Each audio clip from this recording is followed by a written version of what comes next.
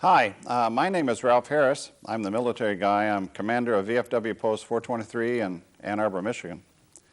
Today's program is the third about Ann Arbor military veterans.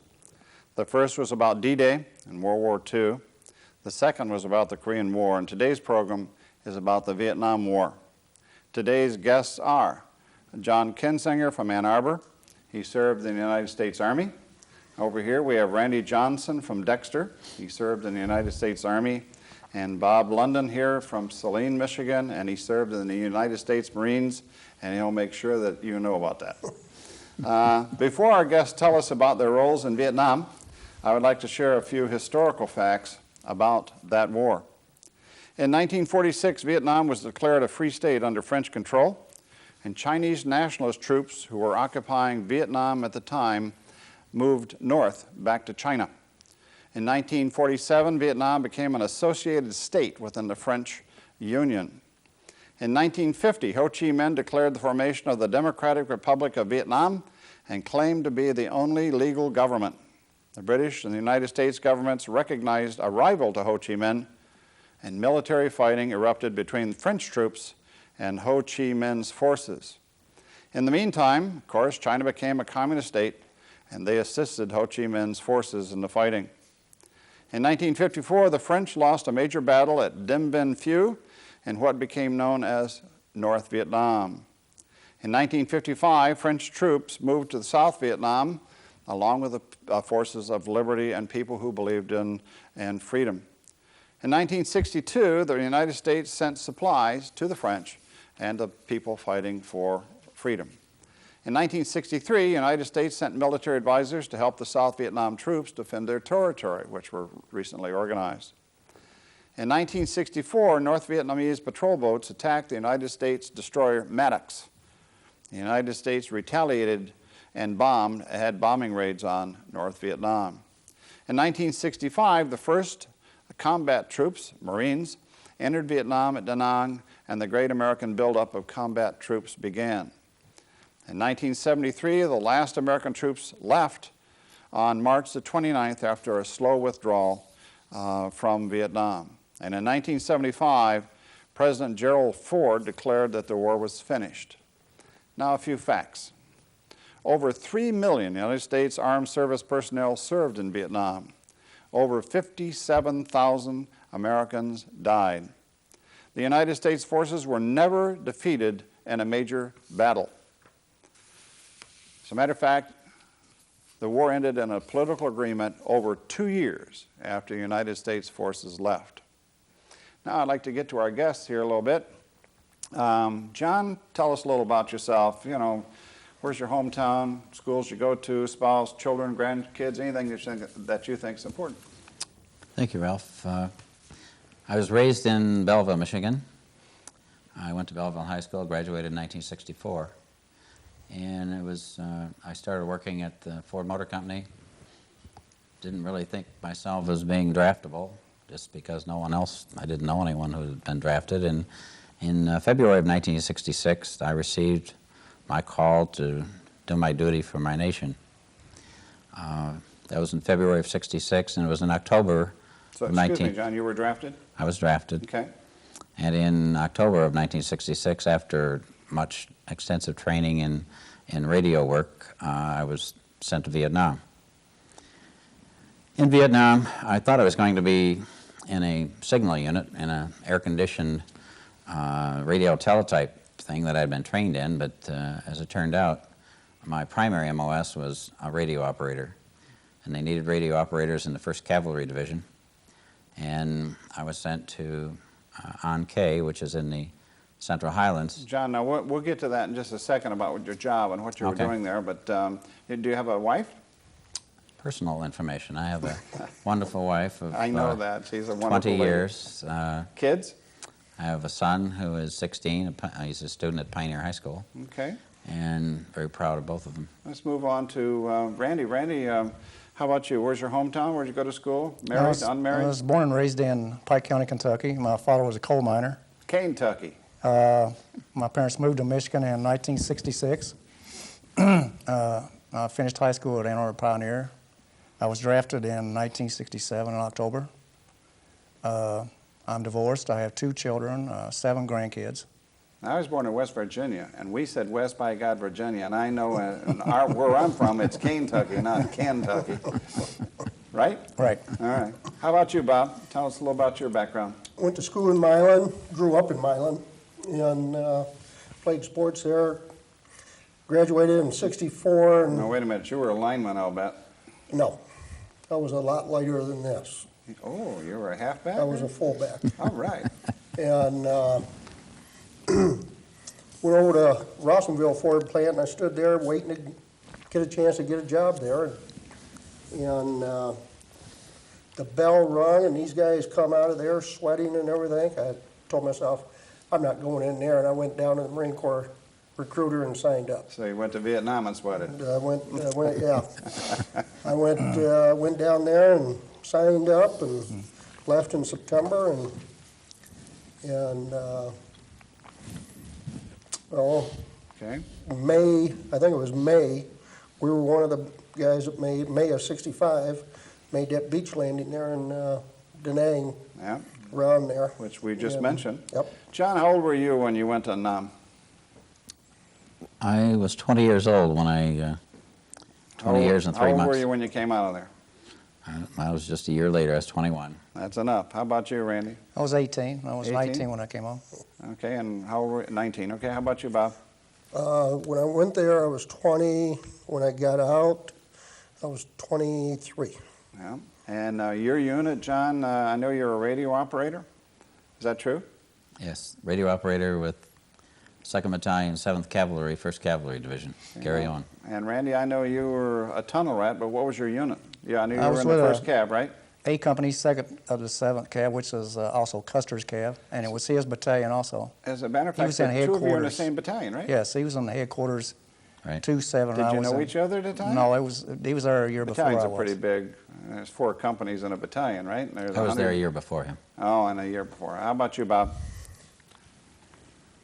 What'd you want? What's your? I'm sorry. What was your unit? I was with, first time I was over, I was 2nd Battalion, 9th Marines. I was battalion scout, and came back to the States for a year, and then went back over, and I was up at Quezon from August till August of 67, 68. I went over in 67, got out in 68. As I remember right, you were over two tours of duty, right? Right. And it was more than 4 months, right? Oh, yeah, yeah. You know what I'm referring to, right? Yeah. Okay. What was your rank, John? I was an enlisted man, E4. Okay. It's more than I got, dude. How about you, Randy? I was Sergeant E5. Yeah, cool. And how about you, Bob? I was PFC the first time, and then when I got back over there, I went back over as a Lance Corporal. Okay. Marines always have fancy words for corporal, Lance Corporal. I was Now- an what is it, E2? It's E4. E4. E2, E3. Yeah. Now, you said you were in for a year, and Randy, you were over there for? 2 years. I was in Nam for a year, but 2. I was in service for 2 years. Okay. And Bob, you 4 were there? years. 4 years, okay. Your job was radio operator. Now, Randy, I know for a fact that you told me once, but I know one of your jobs was being a tunnel rat. Is that true? Yes, but I was point man was my primary job. That's a short-lived occupation most Well, of the time. it seemed like it would be, but and whenever I got in battles, guys behind me got killed. Or You were lucky. Tell a lot the of guys audience, say it was because tell I the was- audience what a point man is. well, they gave me a machete and a compass and a You were the map. first guy in a line of soldiers. Is that true? Yes. And usually point men got popped first because they were the closest to the Well, enemy. they used the main thing was you might hit a booby trap, but if they were snipers or an ambush, they would let you get through Let you go by and then get the rest and of get the guys? the rest of the squad. Try to break up the squad. Okay. How about you, Bob? What was your job?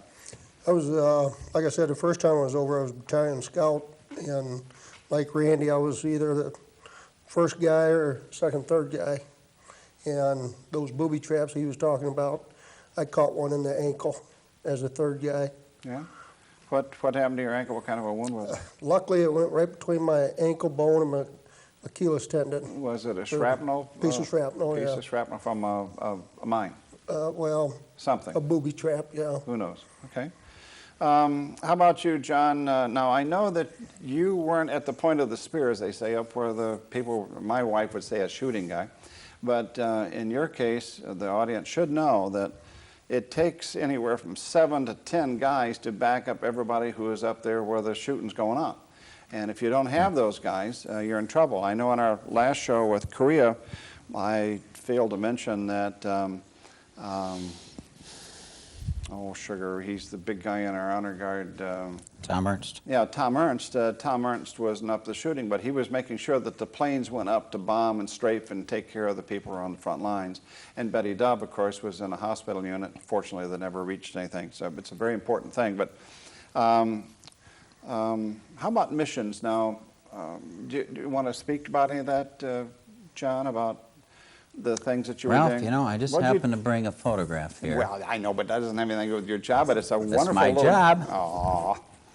You can even count his ribs. Ralph, this was half the time I was there, I did a field work where I might be on a mountaintop like this. Yeah. I was a radio operator, and I would relay messages from grunts such as Randy, who needed medical supply or artillery support or whatever, back to the battalion base camp where they would deliver, whether it be helicopter, gunships, or aircraft bombing or whatever. Whatever they needed, that was it my was your job to make sure it happened. And I had to relay those messages and be correct in doing that. But that was me. I believe it. was a young buck at one time. Randy, are you happy that he would be doing that? Oh, sure. You can't fight without ammunition or sea rations. Yes.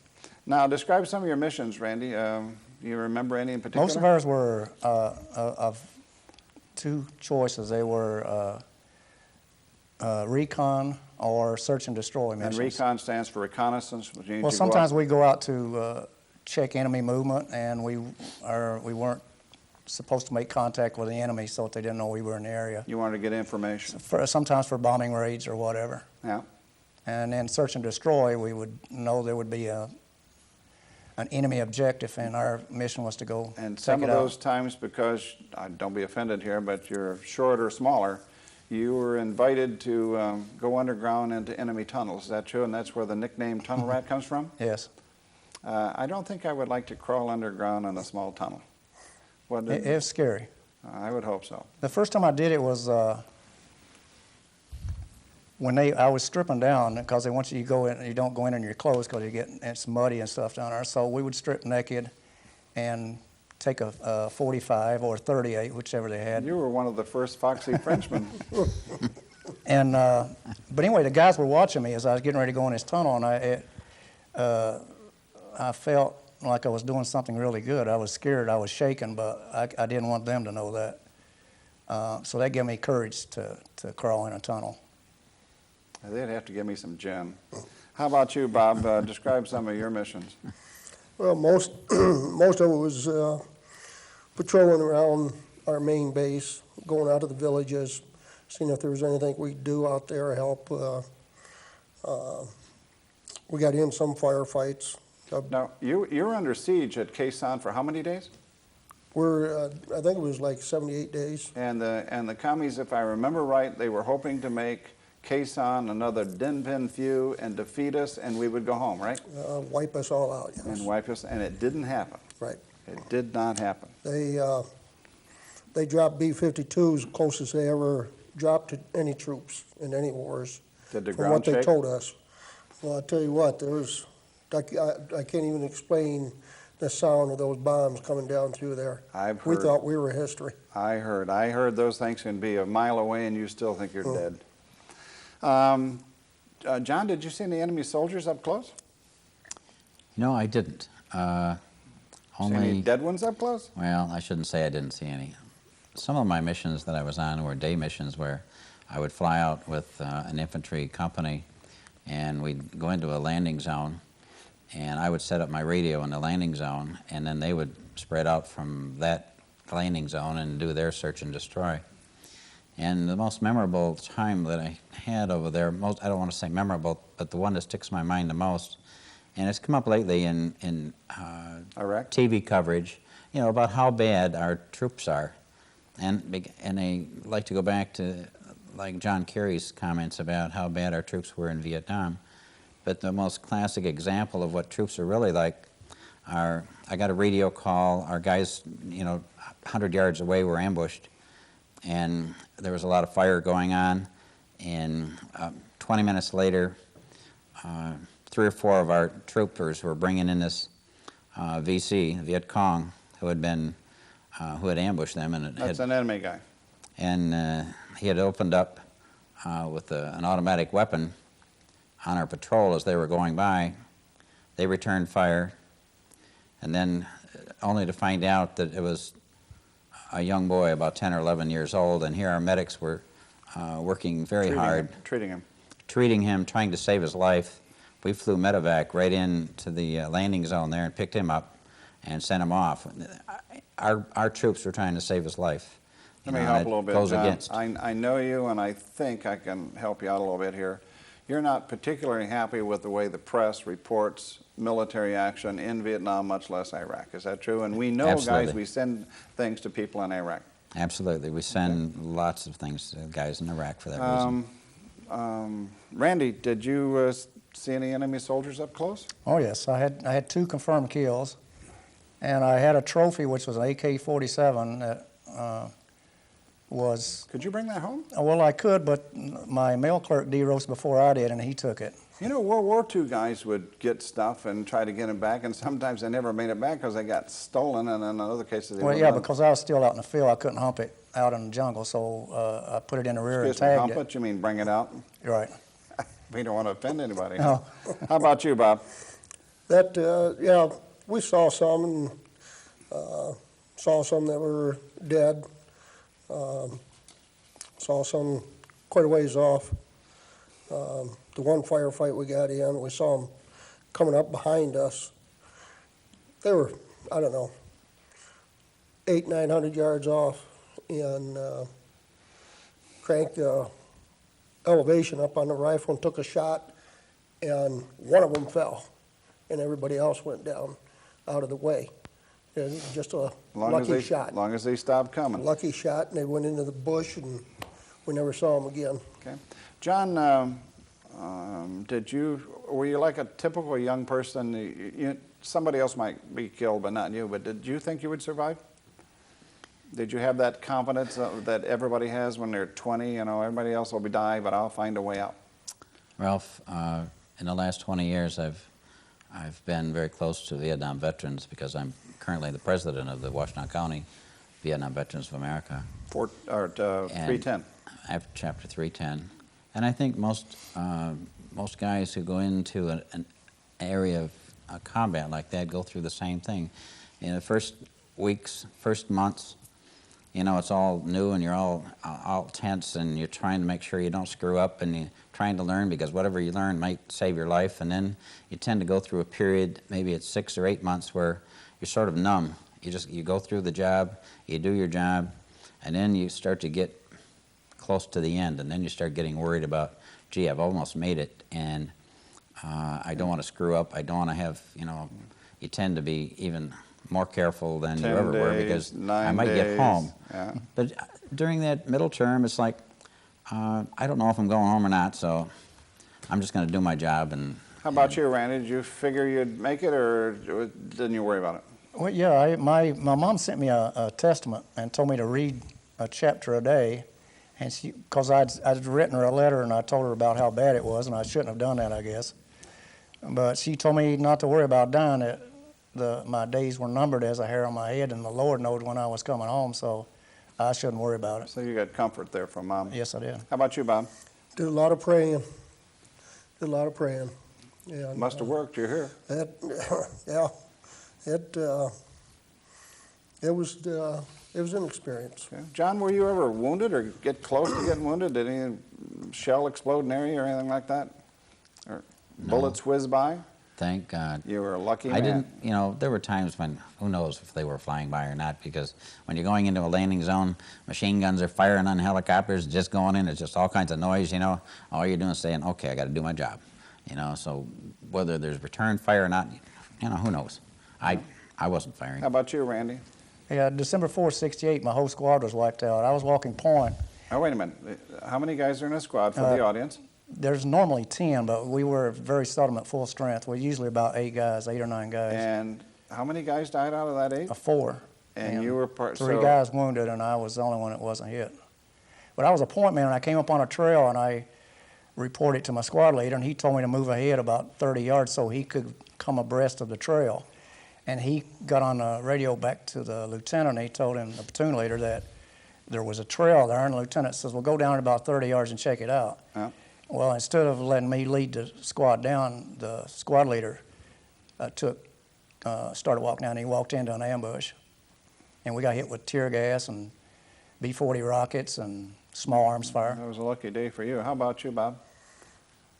Any? Yeah, I got wounded. Oh, that's right. You told me. one Which ankle? My right one. Okay. You got a scar down there, obviously. I got a scar down there. Yeah. Ralph, he was a Well, case on too. Now they had Well, I incoming all know the it. time. I mean, how many people didn't get hit Well, at Case on? Now that was the first time I was over there. I never got touched when I was up at Quezon. Did you see that? I know on TV there was a big deal about it.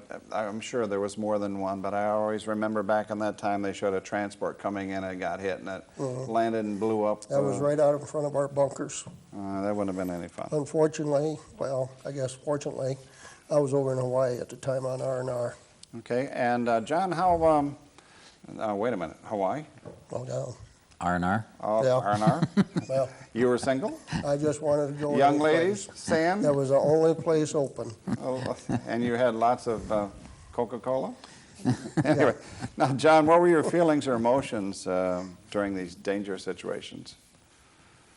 Or could you describe it, or did you have time to even think about it? No, I think as the guys there in Iraq today too, you know, when those things go on, you rely, you make sure you pray a lot, but you also rely on your training and you do your job because you have guys next to you that And your are buddies. depending on you to do your job. You protect them, they So, protect you. How about you, exactly. Randy? Just the training took over. We had to take 1 hour a week for 8 weeks of training on how to put on a gas mask. And we were in a firefight, the one I'm telling you about, on December 4th, and some guy yelled tear gas, and I laid my weapon down, I rolled over and took the gas mask out, put it on, cleared it, and went back to firing without even thinking. Training. But after my first firefight, I was sitting around and my leg was jumping up and down, I couldn't sit still, and I asked one of the old timers there what it was. He goes, that was the adrenaline leaving your body. So when you're in the firefight, you just react to your training. Yeah. But after it was over and adrenaline leaves your body, it's Wow. quite fascinating. Wow. How about you, Bob? Feelings, emotions? Yeah, I guess when I got wounded, I got back to the Philippines. I got a chance to call home. As usual, they send telegrams home, and Mom had told me that Dad had a heart attack. He was World War II Marine. And I called him, told him I jumped off a porch and broke my ankle. You lied. And he says, no, No. the Marines No, aren't going to no. send you out of there for a And there aren't any broken ankle. porches in Vietnam. Well, Could I add something? Sure. I carried a 12-gauge pump shotgun in Vietnam, and we landed at the base of this mountain in Quezon, and we starting up. There was Marines we were relieving, and they said, "Look, here comes a squirrel hunter." So that nickname stayed with me all through Vietnam. Squirrel hunter? Right. Okay. Okay. John, did you lose any close friends over there? Did you lose anybody, or did you get lucky and come back with your group? Now, I know that's not going to be the same with Randy, but how about you?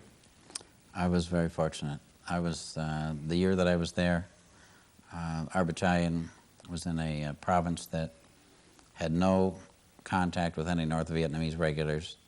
There were several smaller ambushes with the Now, Viet Cong. excuse me, for the audience's sake, you have the North Vietnamese regulars who came from North Vietnam. They were different from the Viet Cong. Theoretically, they were indigenous people, boy, there's a fancy word, Yes. who lived in the South, and the North Vietnamese wasn't supposed to be down there, and eventually they got there. And finish your story, I'm sorry. Yes. Because, because the press used to make a big fuss about this, you know, or Viet Cong, or the people fighting for their liberation and all that. Right. Well, it was the North Vietnamese who were, they were the ones who were instigating and threatening young men and women in villages that, if they didn't go and fight, the Americans, that they'd do terrible things. They'd wipe out villages, Yeah. themselves. Now, we're running out of time a little bit here. Randy, how about you? Did you lose any close friends? Yes, I did. John and I went and looked up one of my buddies on the wall when we were there. But the distinguish Are you talking about the wall in Washington or yes. the one that travels? the wall in Washington. Okay. The NVA were well equipped, well supplied, and well trained like we were. By whom? By the North Vietnamese. By the Russians and the Well, Chinese? and Okay. They didn't make that stuff up there. Right. How about you, Bob? Yeah, one of the guys I used to run around in the high school with was killed over there. And then there was 2 or 3 guys in our outfits that were killed. But you sit back and think about it, and Okay, now we're down to, I think, about our last 2 minutes, not to interrupt you, Bob, I'm sorry, but when did you come? What was the day? When did you set foot on American soil again, John? October 7th, How about you? 1967. 1967, sorry. How about you, Randy? May 1969. And how about you, Bob? August 28th, something like that, of 68. Okay. And last question, and make it sort of quick, please, shorten it up. How about you, what's your name again? John. How were you treated when you got home? Like all Vietnam veterans, we felt ashamed, made to feel ashamed, and we all went in hiding in our own closets and never really came out and for I'm just 20 guessing years. that's one of the reasons why you're so involved in helping the guys in Iraq. You don't want that Absolutely. crap to happen again. How about you, Randy? How were you Yes, treated? I had an incident on State Street. My mother worked at Kresge's, used to be on North U and State Street, and when I got home, nobody was home. Everybody was at work, so I went to pick my mother up. And while I was waiting for her to get off work, some students came by and started asking me questions. And Calling you a baby killer? well, they did that, and I'd never heard this. I didn't know what they were talking about. Some girl spit not on me, but at the sidewalk I was standing on, and I couldn't wait to get back home and get my uniform on. I couldn't believe how it made me feel. And I didn't put it on again until I got back to Fort Knox, Kentucky, 30 days later. It's not happening now. How about you, Bob? Last thing? I never had any problems. Good. And towards the end of the month, in the middle of September, I was on the sheriff's department, so. Okay, now, I'm sorry, guys, but we're out of time, and I would like to thank John Kinzinger and Randy Johnson and Bob London for being here. My name is Ralph Harris, the military guy, and we brought you another 3 veterans from this area who served our country and served our country well. God bless America. Thank you.